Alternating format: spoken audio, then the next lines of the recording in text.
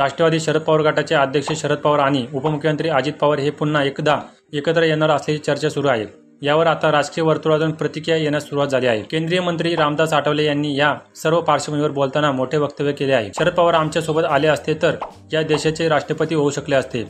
आताही शरद पवारांचं स्वागतच आहे असं आठवले यांनी म्हटलं आहे। ते जालन्यात बोलत होते। शरद पवार आमच्या सोबत आले असते तर ते या देशाचे राष्ट्रपती होऊ शकले असते। आताही शरद पवारांचे स्वागतच आहे।